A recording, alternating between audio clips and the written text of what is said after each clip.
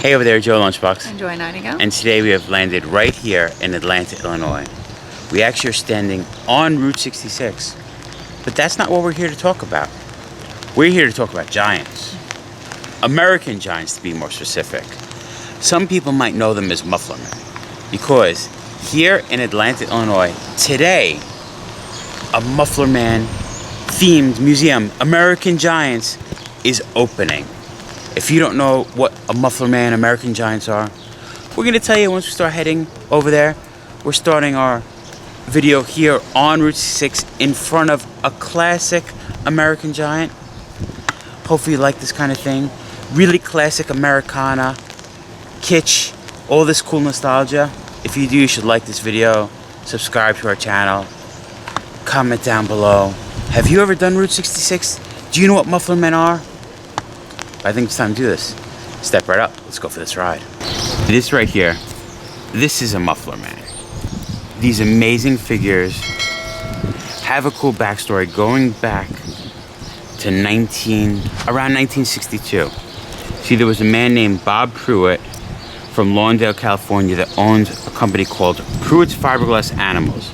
He would make like giant horses, chickens, pigs, and he actually got an order saying, hey, can you make me a 20-foot tall Paul Bunyan statue with an axe? And he's like, I'm gonna take that job. So he hired a man named Bill Swan to sculpt that figure. Sadly, he never got the funds from those people that ordered in Sacramento, so he loaded it on his truck, headed east on Route 66, and actually found someone to buy it in Flagstaff, Arizona. It was a cafe called the Paul Bunyan Cafe, later the Lumberjack Cafe, and they bought his first Muffler Man. In 1963, Bob Pruitt ended up selling his manufacturing interest to a company called International Fiberglass, based out of Venice Beach, California. They actually were making fiberglass boats, and to supplement slow boating season, they decided to make some of this stuff. And they started selling some of these Bunyan statues, and a woman named Violet Winslow that worked for the company got an article published in National Petroleum News, and the sales increased like crazy. After that, their company started growing. They started selling cowboys, Native Americans, Vikings, pirates, pioneers, and even a giant lady named the Uniroyal Gal, because she was used by Uniroyal tires.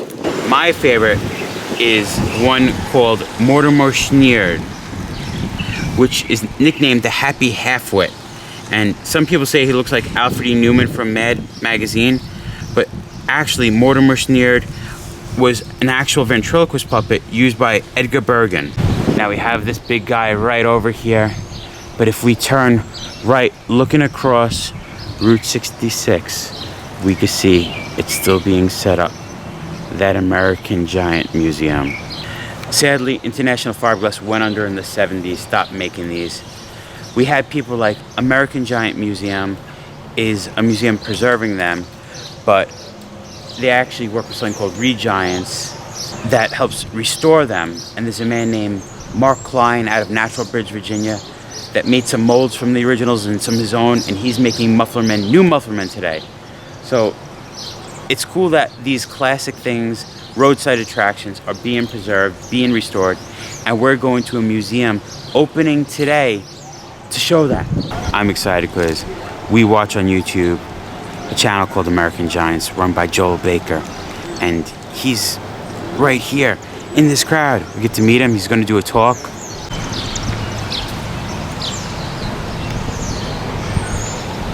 When I said the Happy Halfwit is my favorite, we actually have one of the Happy Halfwits standing right here. Do you see why some people might think he looks like Alfred E. Newman from Mad magazine? Here we see photos of one of the Schneerd Giants actually standing in Seaside Heights, New Jersey. It's a fun mini golf course on top of the roof.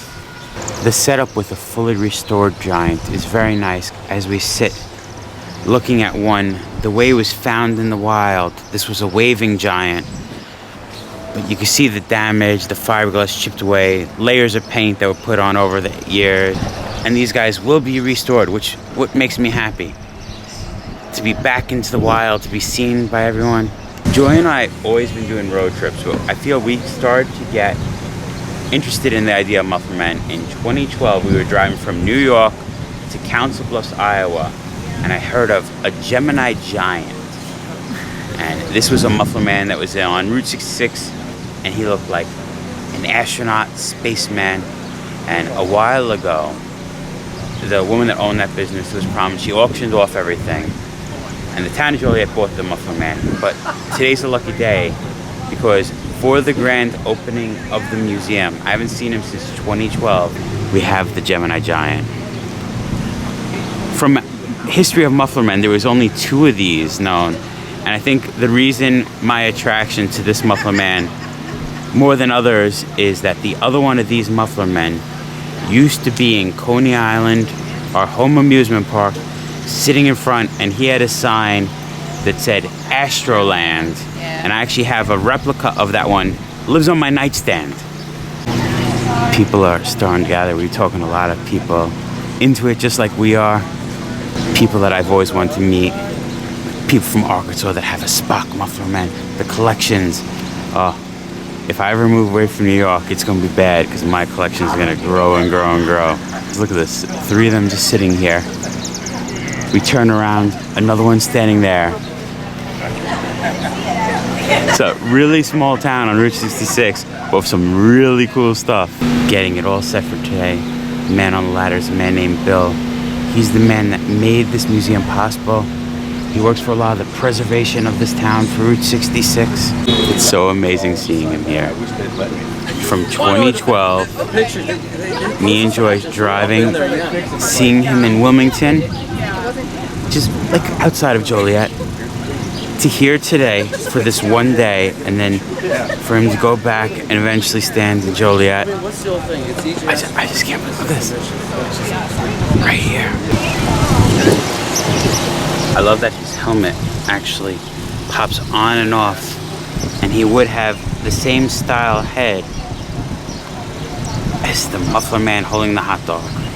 This is so awesome. We're just talking to people, meeting people, talking about this, learning about people in Gearhead Curios in Galena, Kansas.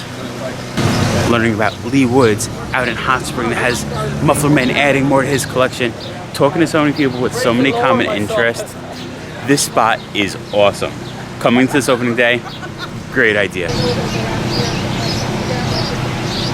And you might be wondering why people call these giants Muffler Men.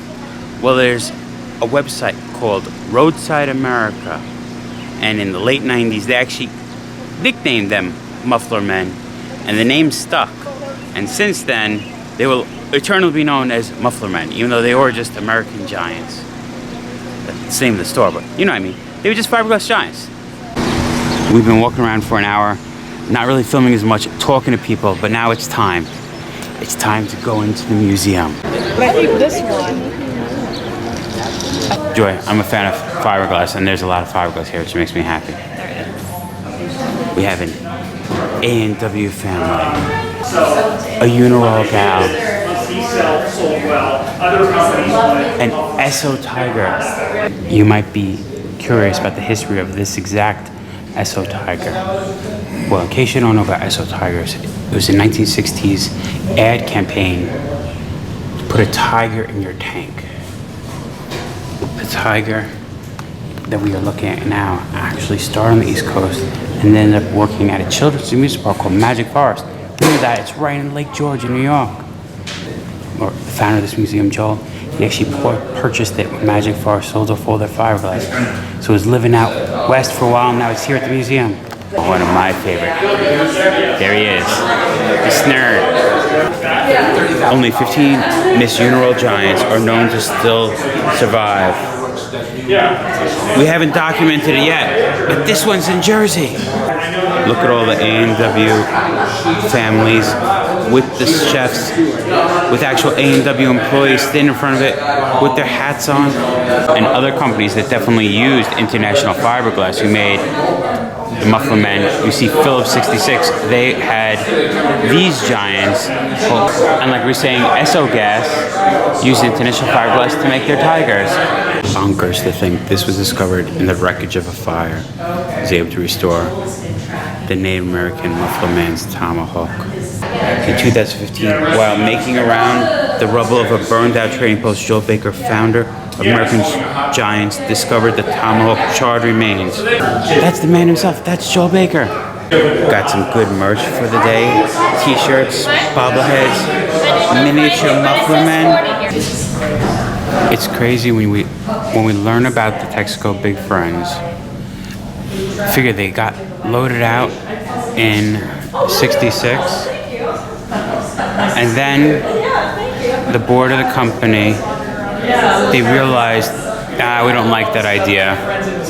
They canceled the idea, and what happened was the 300 Texaco Big Friend Giants existed barely 2 years. They decided, the company, to just destroy them, get rid of them. So that's why when you have a chance to see one, it's an amazing thing. And I love museums because you learn about things you didn't know about. In the mid-60s, International Fiberglass created a product called a traffic stopper. They made a salesman, a chef, a doctor, scientist, businessman. In the museum, one of the cases is about the Lumberjack Cafe, where the start it all began, the world's first Muffler Man. Now, it was originally the Paul Bunyan Cafe. He had to change the name, the owner, and he changed to Lumberjack Cafe because he learned Paul Bunyan's name was actually copyrighted. We have a miniature of that original Muffler Man, and there is a photo of it in front of the cafe.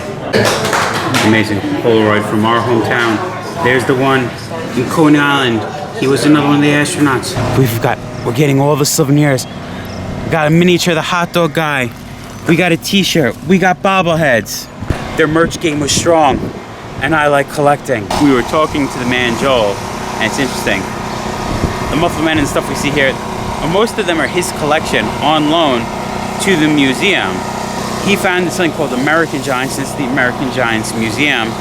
And in 2015, also worked restoring, but that was in Illinois. He moved away, and they're called Re-Giants, the people that are still doing the restorations. And he's American Giants. There's levels to this. There's a whole like lore and myth, and I love this. I love how people nerd out over stuff, and I nerd out over this. I'm very excited, in case you can't tell. We're walking around taking in Atlanta. We had to get some sweet treats. We need some breakfast. Missy's Sweet Shop. Joy found herself some cupcakes. Joy, you love cupcakes for breakfast, don't you?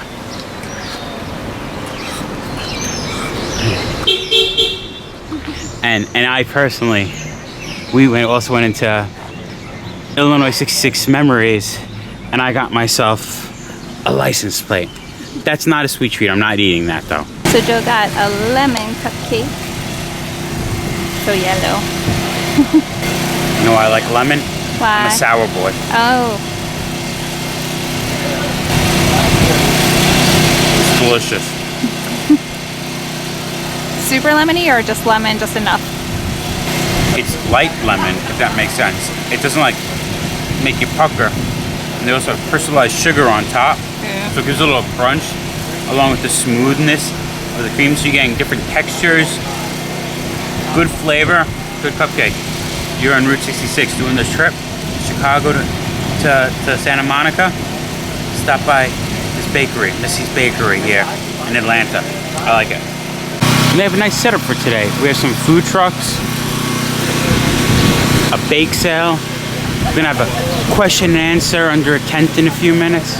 From the one lane down, it's easy to notice how things were attached, where the arms attached on, the shirt to the pants, where the head just sat. You can even see the seam on the shirt, where the front and the back half of the shirt molds were attached together. Once they're all together, those seams are harder to find. Yes, you can see bolts around like the cuffs on the arms that you see how the arms are attached, but it looks more seamless after the full restoration. Got more classic cars lining up. It fascinates me how much could be packed into a few little blocks. We're standing on Route 66. We just entered town. We have the American Giants Museum. And more or less, that's the end of Main Street, right there. But so much to see in Atlanta. There's a museum, is the American Giants Museum. This cool shops. There used to just be this Muffler Man to see. Oh, but now there's so much more. All right, well, it's so nice to see everybody here in Atlanta, Illinois today. My name's Bill Thomas. I'm with the Atlanta Betterment Fund organization. We're the folks that have been partnering with Joel to stand up and design and bring to the public the American Giants Museum. And we could not be happier to have Joel in town with us for the weekend and to have all of you join in celebrating the grand opening of this new museum along Route 66. Thank you all for coming. This is just so wonderful to see everyone here. Well, I'm not going to go into all the details because so many of you probably have followed me, and I thank you from the bottom of my heart for following me on all the social media with the Muffler Men. But my journey started in 2011. I worked on a television road crew, so I traveled all over, and I was trying to figure out some history on a headless dinosaur in Brooksville, Florida. And I had grown up near there, and I'd seen this all my life, and I said, where's the rest of them? And I found Roadside America. So big plug for Roadside America, Doug Kirby and those guys at Roadside America for all they do and the maps they provide that so many of you have probably used to plan your trips. And I was working in Zephyr Hills. There was one there and there was one in Dade City. Those were my first two sightings. And so, I don't know, something in me just really became fascinated with these giants, and I really wanted to dig into the history of them and get more of the story than was even on Roadside America. And so the rest is history. We started a YouTube channel in 2012, and I started traveling the road with my co-workers, Adam Arnetto and Bo Carnegie. And we came right here for one of the first episodes, and we're out there in front of this guy with a GoPro camera on top of a mic boom pole. And so Bill Thomas has his office across the street, and he saw us out there, and he came out and started chatting with us. And he was telling us how many people come and visit this hot dog man from all over the world. And that was a friendship that started, and I kept coming back here for different events. I just wanted to spend a few minutes actually to thank those who have been so instrumental in all of this. Bill and the Betterment Fund for working with me and allowing all this to happen. I really want to thank the guys I used to work with when I lived in Southern Illinois, who now are Regiant. This is the restoration crew. In 2015, we got into restoration because we saw the need, and it's just been our passion to bring these guys back. And so Regiant is now it's the same team it's always been. It was American Giants Restoration, but now it's Regiant. Michael Yunkin, Will Worf, and I really want to thank all the social media. Many of you here have social media platforms, and you're very, very passionate about roadside attraction. And so when I came on the scene, I used your platforms and your websites to learn. And I just want to thank all of you for that dedication that you've had for Route 66 and roadside attractions. And I want to thank all the followers. So this is your chance, folks. This is the man here in town right now. So who has some questions? You know, not just those who do social media and bring all this attention, and you do a fabulous job, but then there's those of you who are business owners who have gone and purchased, and we have a few of them today. So Gearhead is here today. Right there. We got Lee Woods. He is from Hot Springs, Arkansas, and he has a bunch of giants, and he's getting a lot more. And Aaron, where's Aaron? So Aaron, right there. He's right here in the home state of Illinois. He's got the Viking, which we're getting one here too. So we really need to thank them because they've invested and done a lot of work. I mean, Aaron spent months. He did his restoration himself. So they do a lot of work to bring these things so the public, again, keep them public so the public can enjoy it. So I don't know if I answered your question, but yes, there's many businesses all over the country and it's growing.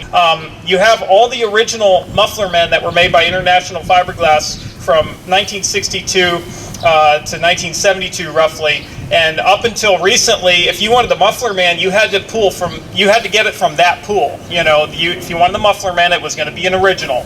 And then all that changed when we started working with Mark Klein. Mark Klein actually was making molds of the 14-footer before I ever came on the scene, but he didn't have any of the large ones. So we start working with him to get spare parts and missing heads and arms and things. And so Mark Klein eventually developed a very full set of molds. A lot of people ask me, what happened to all the molds from International Fiberglass? What, you know, the Gemini Giant was pulled from. He was pulled from a mold. What happened to that mold? You know, and they're all gone. They were gone long ago. In 1972, International Fiberglass, times were changing, other advertising was coming in, people were done with the Giants, and so they went into the construction business and they got rid of everything. But the molds are all gone. So Mark Klein now can make a new Muffler Men. So really the option now is you either can get an original one, a business owner can get an original Muffler Man, or he can go to Mark Klein and have a custom one made. And we see a lot of that. Buck Adams in Tulsa is a great example of that. Other questions? And yeah, the question is, what's going to stand here? So we've got one up already. This is a snurd that came out of Ohio. He's an original, except for his legs. We had to make those because I bought them with just the upper half. But we have a Viking that's coming. It's actually not mine. I have a Viking, but it's not restored. There's a Viking that's owned by a father-son team in New Jersey. And they are loaning their Viking, which is just getting restored and repainted at Regiant right now. Bill and I are still talking about this, but what I have on hand is a classic Bunyan, very similar to this guy, except he would have a beard and a yellow knit cap, which this one does not, because he was a custom job for that hot dog stand or restaurant in Cicero. But I also have a Midas Muffler Man, which they're very rare for the Midas shops, and he will hold a muffler, so that's kind of a good fit. We got the Texaco Big Friend, made by one of the oil giants, and then Phillips 66 was the other oil giant that heavily used them. Two of my favorites, hands down. And then the Phillips 66 Cowboy. I had one from St. Louis. Belleville, Illinois, actually, to be exact. And then another one I pulled out of the woods in Georgia a few months ago, which was a really cool adventure. That's what I love to do. If you've watched any of my videos, I love the hunt. I love to search for these. But the one I pulled out of Georgia, we hope to set up here, fully restored, exactly how he would have looked as a Phillips 66 Cowboy. So that gives you an idea. Yeah, good question. The question is, do we have any sense of how many were made over the 10 years that International Fiberglass was open or running? You know, you could do some quick math. Texaco ordered 300 Big Friends. That's what's coming in today. So 300 were made, and 6 of those 300 are left today.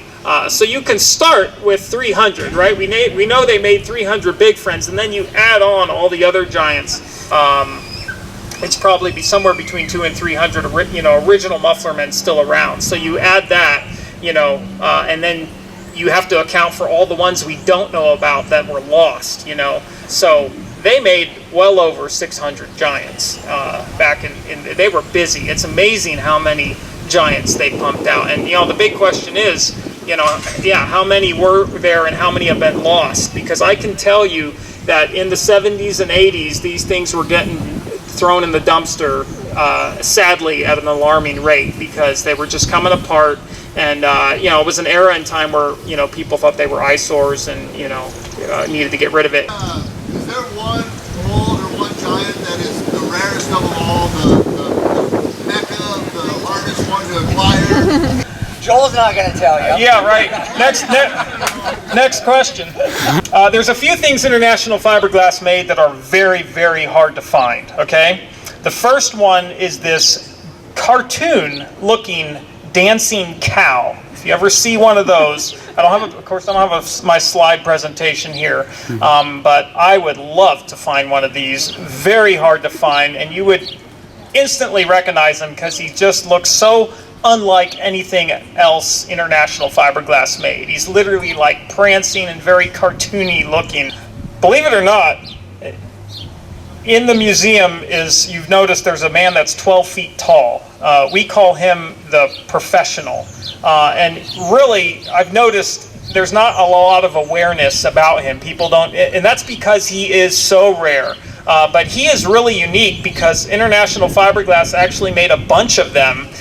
They were more affordable for gas stations and businesses to own. And he was animatronic. In other words, yeah, he had a motor in him and gears, and he would wave at the cars as they went by. So he's very rare. He's a very cool piece. And there's just not a lot of talk about him because he's so rare. A lot of people don't even realize he's International Fiberglass. But what's one or two of the more unusual discoveries or finds that you've had over the years? Sure, I'll talk about the waving giant right here. That was an unusual find. A lot, as I said before, one of the things I really enjoy doing is I start a search by finding old pictures that were taken in the 70s or 80s of a giant, and then, you know, the big question is what happened to it? You know, how can we find it? Where did it go? And so I saw on Roadside America the picture of that guy in the 90s in Bartlett, Illinois. And I went to town, and sometimes you have to do this. You print a picture out on a piece of paper, and you literally walk around town and you show people. And sometimes it works, and sometimes it doesn't. But the guy, I went up to a younger guy, and I remember thinking when I walked up to him, why am I asking him? He's young, he's my age, he's not going to remember. You know, he was a kid back then. But he looked at me. I showed him the picture. He looked at me with the strangest look, and he said, "That guy's in the attic of the building I work in." It was a car lot, and it was an old barn that had been restored, and the bottom section, and they pulled the trap door down, and I climb up this rickety ladder, and I'm suddenly standing in an attic from like the 1940s, and there's this guy is up there, covered in cobwebs. It's like something out of a storybook. And so that is, I love that, that quest and finding things, and that was in 2012. Yes. Speaking of bringing back to life an almost dead, we talk about the giant, the Gemini Giant, how you and Reed Giant were involved in it. The Gemini Giant. So, yeah, let's give tribute to the Gemini Giant. It is the most famous, well-known representative, really, of kind of one of the iconic representations of Route 66, and certainly for Muffler Men. 3 of these guys were made that I know of, and he is the only one that remains. So we visited him in 2012. So at the time, the launching pad and the Gemini Giant were looking sad when we visited him. It was empty. There was a for sale sign in the window, and nothing was happening.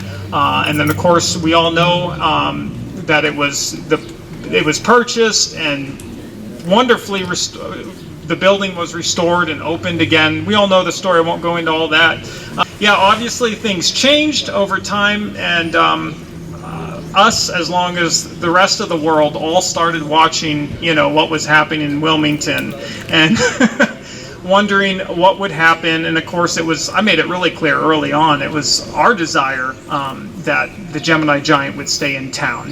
That's its home. Right when all this was happening, Bill and I were on the phone, and I said, "Hey, Bill, you know those guys up there? I don't, but we're here. The Re-Giant team is available to help if they need any kind of transport or taking them down. We've done this a lot. We know what the inside of this guy looks like."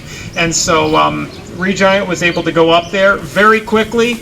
Many of you have commented to me how fast he came down. Thanks to Re-Giant, they'd done this before, so they were on the ground. And I just want to give a shout out to the City of Wilmington and the Public Works Department up there. My guys could not say enough nice things about those guys, and it was a real collaborative effort to get him down quickly and moved, and so that was just a big success story. Yes. The Gemini Giant used to have a brother that stood in Coney Island. Did he die in Coney Island?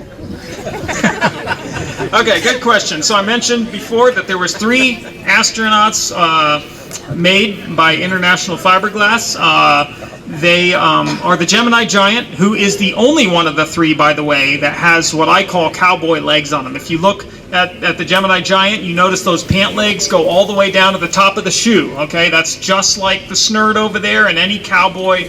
The other 2 had these legs. You know, if you look at him over there, notice how those pant legs are tucked into the top of the boot. That's very characteristic of Bunyan statues. The other two astronauts had these legs on them. So one of them was at a gas station in Los Angeles, and it was called, held a sign that said Astro Oil. And then the other one went to Coney Island, and it was at an amusement park, and it said Astro Land, okay? And they had, these giants when they came out, they had, the Astro Land one had a visor, a clear plexiglass visor. He had a wire that came out of, you notice on the Gemini Giant, he's got those little ear pieces on the side of his head. He had a wire that came out of that and went to the little panel that's just below his face. And then the one in Los Angeles had an antenna when he was brand new that came out the top of his head. And I don't know if the Gemini Giant ever had that wire or that antenna. There's hardly any pictures of the Gemini Giant from the mid 60s. I found like 3. So if anybody has more, I'd love to know those. But the Coney Island, okay, so he lasted a few years. He started to, after about 3 or 4 years, his helmet disappeared. And he stood there without a helmet for a number of years. And then in the 70s, he was gone altogether. We have contacted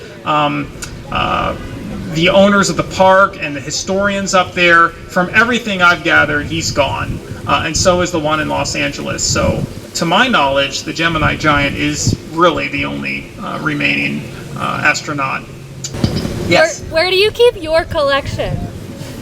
They're so big. Where do you store them? Yeah, okay. So when I started all this, I lived in southern Illinois, down near Marion, Illinois, and that's where we started the restorations. In 2016, I moved to Colorado, and so I left my collection there, and the guys continued to do restoration there.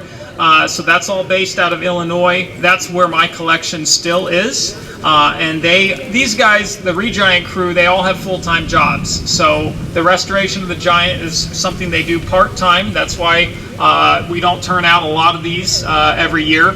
If it was full-time, it would be a very different story. But they're all stored in southern Illinois. Can you visit that factory? No, unfortunately not. It's not open to the public. It's not a public building where we restore these. But we do try to provide you with pictures on social media of our progress and videos, so you can see it. All right, thank you, and we'll see you at 2 across the street. We also have a nice barbecue going. I think it's time for a pork chop sandwich. You can't go wrong. Pork chop sandwich and a can of Coca-Cola. We got a Marvel superhero on the can. I like it. I want to collect Muffler Men. I could afford to collect soda cans. I'm okay with that though, for now.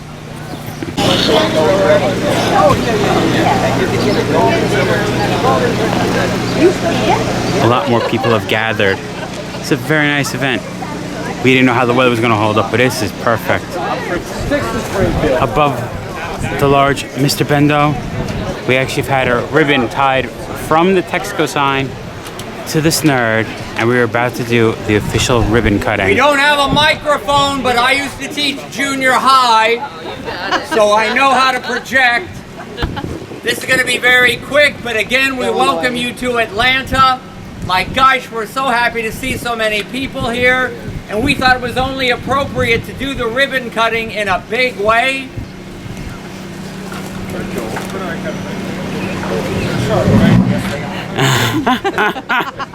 Never done this before. Okay, give them a pose. All right, there you go, people. All right, you ready?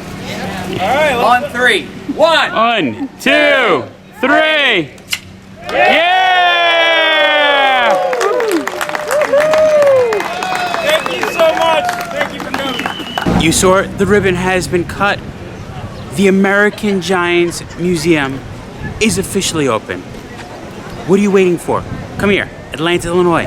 This museum is awesome.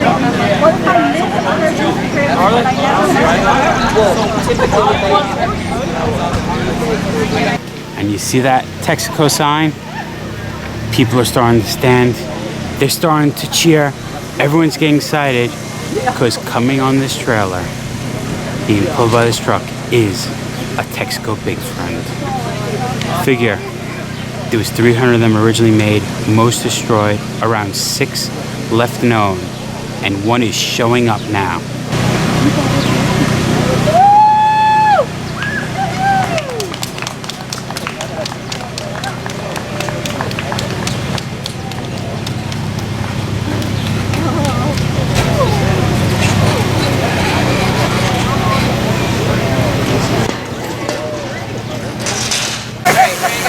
And since he's been riding down the road, you can see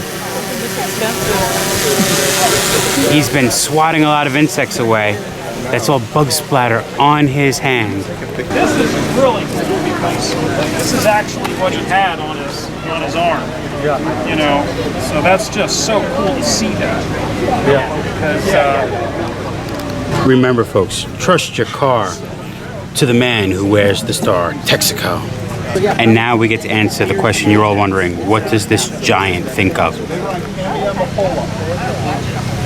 No brain. Oh, you got a good echo in him. It's amazing. Inside this giant looks bigger than some New York City apartments.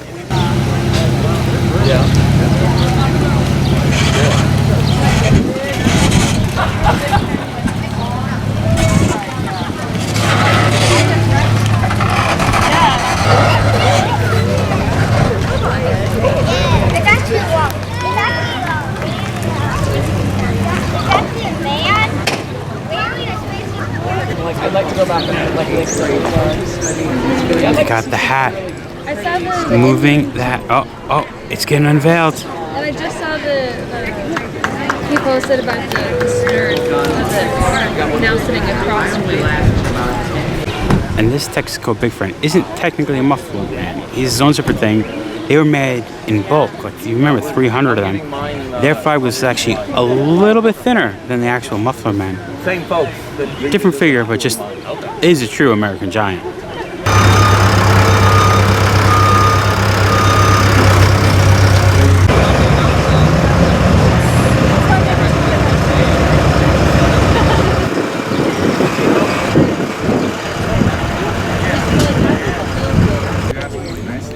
Final touch-ups are being made before the Texaco Big Friend rises.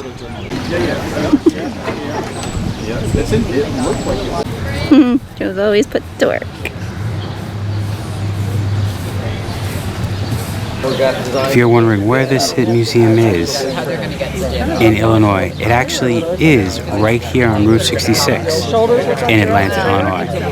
And it brings me great joy that Route 66 isn't just doing well, it's thriving. That there's new attractions opening up on the museum. This American Giant Museum might look like a classic gas station, but this building was built just to house this museum.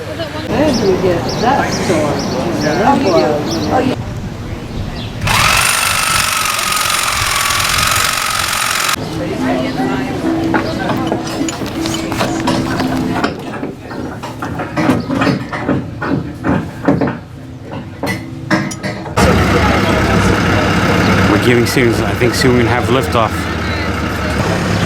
This is new. This we just checking the call money. This is, I think, the grand opening weekend. Oh, it's going. You can tell it's going up slowly. Look at that. Yeah. Slowly rising.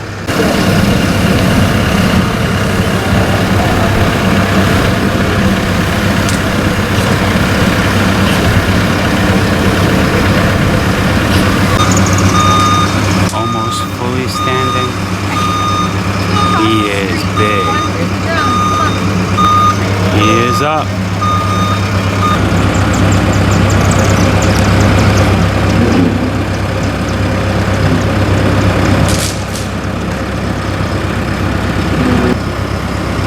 Getting lowered down onto his new home.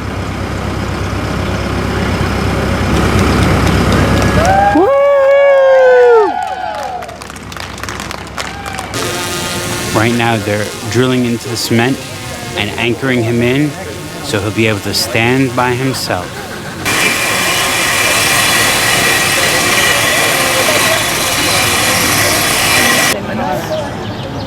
There is? Okay. Well, no, they're taking pictures. We're going to take a picture with you. Document. Last support has come down. He is standing on his own. Joel, any last words about it? You know, this is just awesome. It's really cool to have seen this guy the way I found him in Pahrump. And actually, I remember calling the dump when I found out he went to the dump, and I was horrified. And I wasn't the only one that called them, but they realized what they had and they saved him. And then he went to the museum there, and then I just had a heart-to-heart with the museum, and I said, look, I think I can bring him back. And it's really hard to do, but I think I can do it. And they came back and they said, yeah, they said, we know that we're never going to restore him, so we're willing for you to do that. So we got him.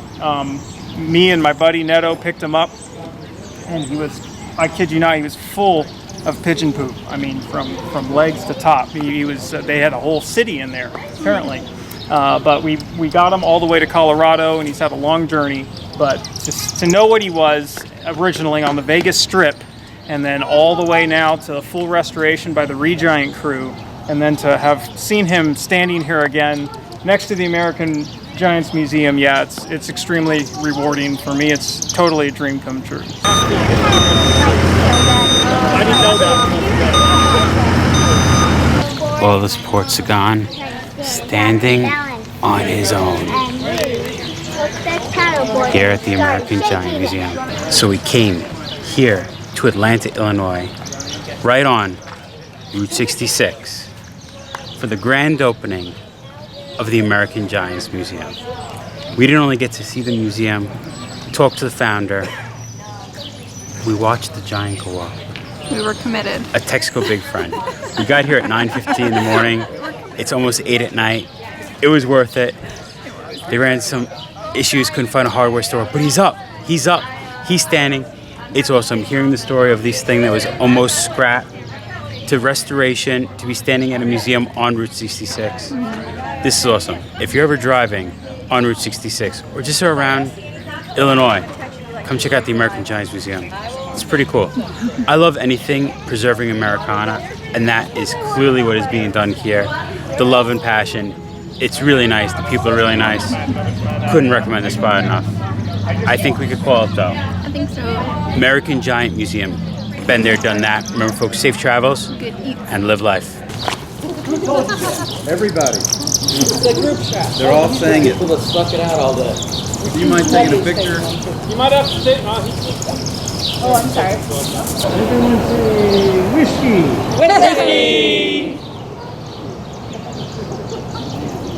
Well, now that you take another one, I think I closed my eyes. I'll take one with you in just a minute. We got Re-Giant? All right. Yeah, he's right here. Oh, yeah. You want to know how to make a Muffler Man? I'm going to give you a secret. You get one of these little small ones. You put in water. They grow to about 10 times the size. So that's one after you put in water, and that's what the hat looks like. That's a false fact by Joe Lunchbox.